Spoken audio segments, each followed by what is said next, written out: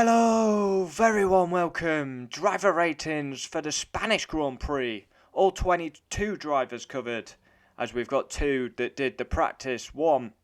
So let's get into it. Lewis Hamilton won with a two-stop strategy as he hunted down Max, who dominated the Grand Prix.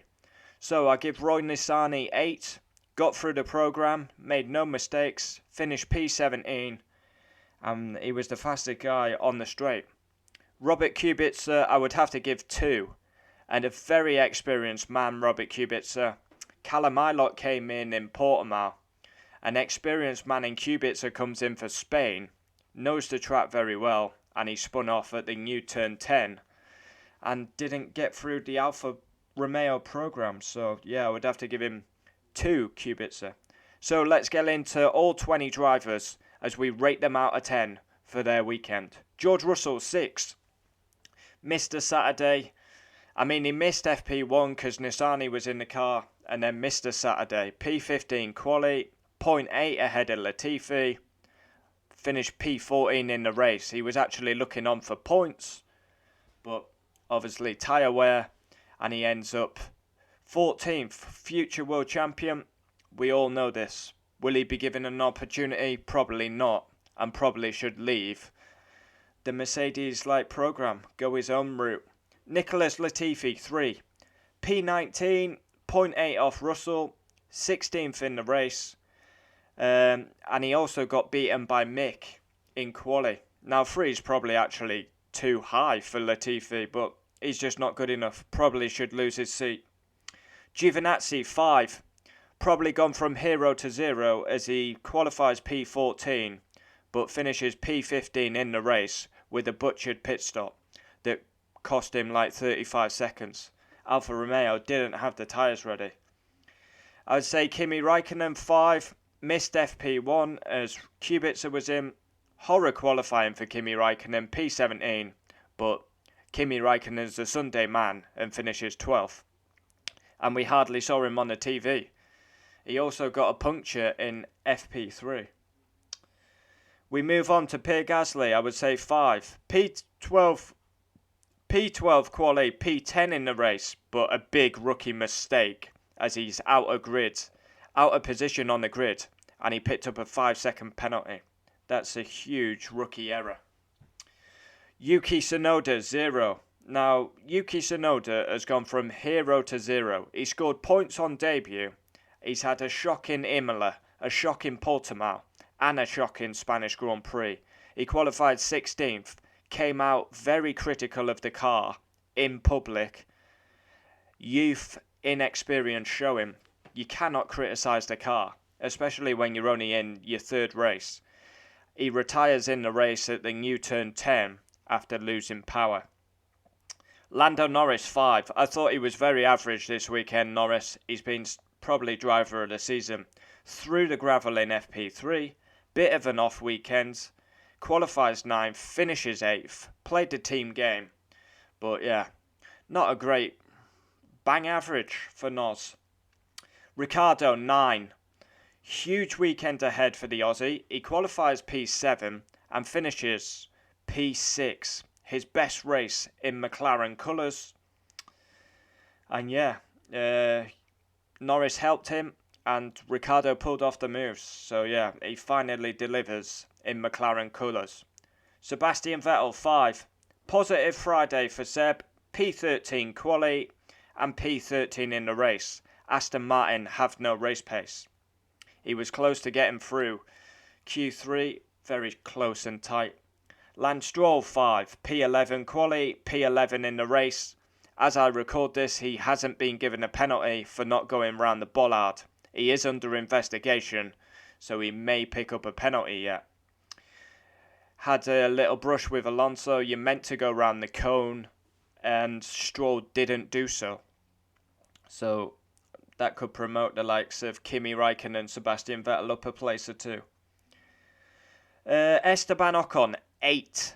Now, I've been really impressed with Ocon. Make or break season. He got smashed by Ricciardo. He's actually outshining a double world champion. It's been very impressive by Esteban Ocon, as he was the star of qualifying and once again beats Alonso in quali and the race. He went for the one-stop strategy, Esteban Ocon. People were passing him left, right and centre, but he still finished P9. Fernando Alonso 6, P10 quali. Qualifying seems like a bit of a weakness of Fernando. In the race, he had a lot of ding-dong battles. He tried to go for the one-stop strategy. It didn't pay off, and he finished 17th. But I would say a better weekend for Alonso, but he needs to work on his qualifying. I'd say that's a big weak point. Mick Schumacher 6, great save in turn 2. I mean, it was an unbelievable save by Mick Schumacher in FP2. Beat his teammate all weekend. He out-qualified Latifi, and he's beaten his teammate comfortably. That's all he can do. I mean, he's doing the best he can, so fair play to him. Nikita Mazepin, 0. Now, I do feel for Nikita Mazepin. He is an easy target, but if you're not good enough in Formula 1, people are going to criticise you. 3 minutes, I repeat, 3 minutes into the weekend, he spins on an installation lap. Later in the session, he blocks Charles Leclerc. He's not helping himself, and Crofty was savage on commentary about him, saying on board with Nikita Mazepin, he's made it round half the lap without hitting the gravel or barrier, which was a bit out of order.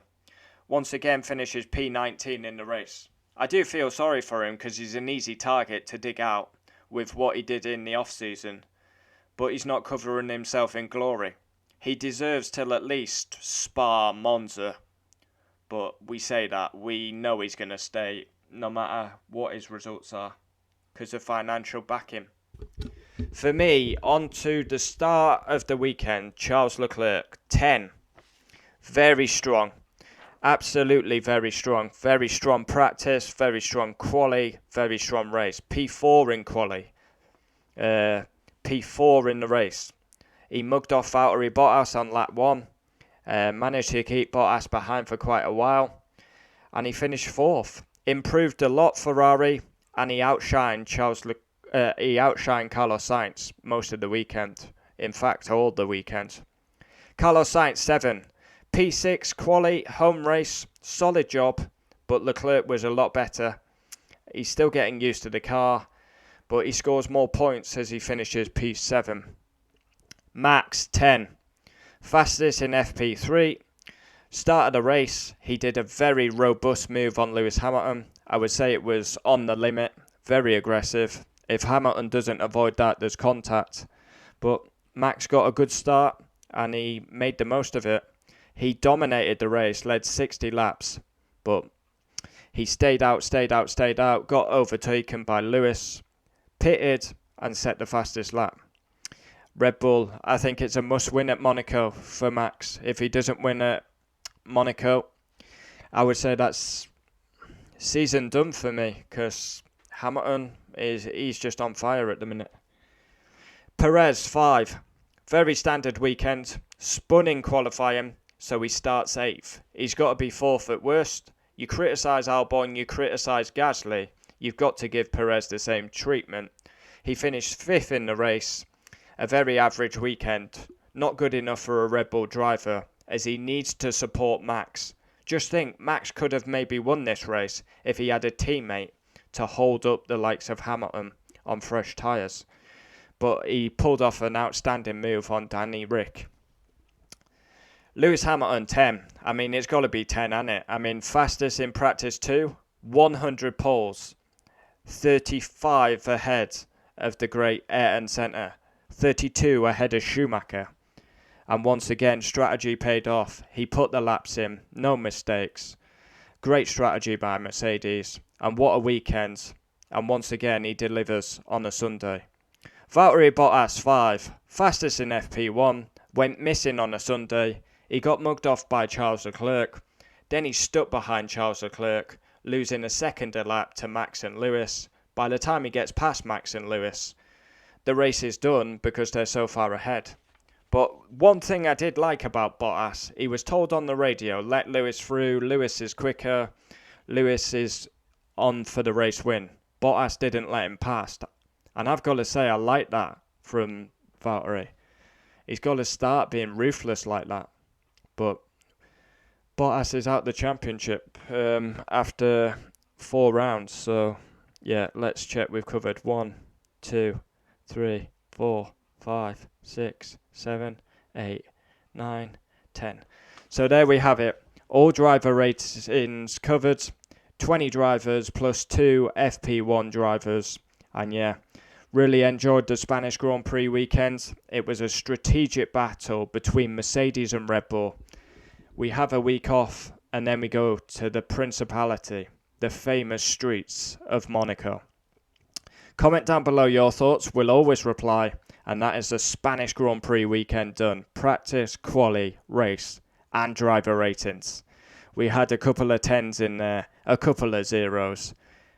And as usual, I give a detailed mark. I give a mark and I give a detailed description of why I'm giving that mark. Now, I don't have favoritism when I'm doing these. I might them purely off their weekend. And I believe they're quite fair. Latifi probably should have lower, looking back on it. And maybe Gasly for that rookie mistake. Adios.